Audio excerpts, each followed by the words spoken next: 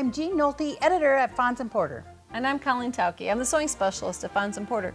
In this tutorial, we'll show you how to put together the quilt called Geese Go Modern.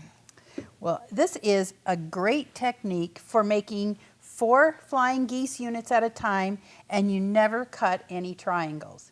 And so a lot of people who are a little bit nervous about working with triangles will really like this.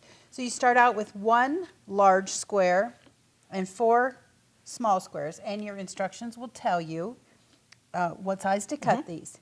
The first thing we're going to do is on the wrong side of all of the light squares, we're going to take our 1/4 inch seam marker and we're going to draw a line, actually 2 lines. So we put the yellow right through the corners. That yellow line will go right through the corners. We're going to draw lines on either side. This technique is really fun because it makes your flying geese units very accurate when you're finished, and it's always been an issue sometimes getting them a little wonky when we made them the traditional way. This is a fun technique. All right, so now you're going to take 2 of these marked squares, put them wrong sides together on top of the large square, and line them up in 2 opposite corners. And you'll see that the corners here overlap just a little bit. You've done it right. And you want to make those lines line up.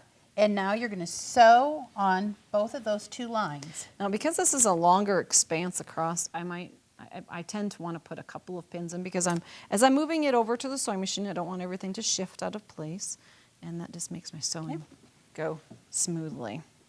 So I'm going to be following right along the pencil drawn lines. Stitch right on that line. Makes it easy. I don't have to worry about my 1/4 inch seam. Now, as I approach the pins, I will take them out, but we don't have shifting that way, so everything works great. Make sure as you go over the overlap that your fabric doesn't fold back on itself. A little trick when you get to the far side of this seam, instead of breaking thread, you can just raise the presser foot, rotate, jump across to the other side. I tend to not want to have to trim threads, and this just makes it go really quickly. And you know what else? You can chain piece these one right after the other if you use that method. Can just, once I get to the other end, get another one ready and put him in next. Yep. So away we go across, just following the line. All right. So now after you've sewn on both lines, and normally I wouldn't piece with red thread, but so that you can see what we're doing, I would probably be using a light cream or white colored thread, or even a light gray. And we're going to just cut between the lines. I'm using a rotary cutter because it's kind of a long seam, but you wouldn't have to. Now we're actually going to press these, and you want to press them so that the seam allowances go toward the small triangles. So set the seam first, get it warm, then pull up the triangles one at a time.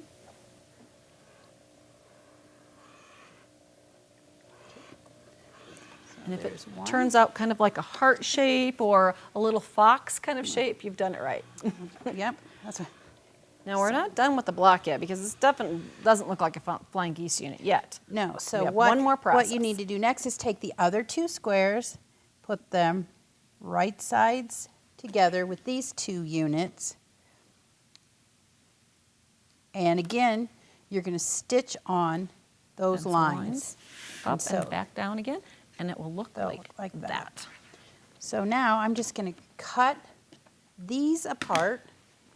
Now we've between used the lines. The 1 large square that we cut. We've used our 4 light squares. So we've used up all the pieces that we said we were going to have, and we're going to yield all 4 flying geese units here in just a second. We'll do a little reveal, and you'll notice when you get those cut, then each one of these will make open.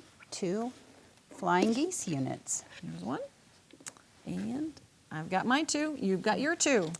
And so there you go. Now you do that with all of the squares that you have for this quilt, and then all you're going to do is join them together into rows. And we made just a little section here so you could see that some of the rows have a little spacer on the top and some do not, and that makes the flying geese units be offset in your quilt. And then once you've put your rows together, you just have the outside border that's the same fabric as your background. So flying geese definitely are flying. Enjoy. Thanks for joining us today. To see more of our video tutorials, visit our website.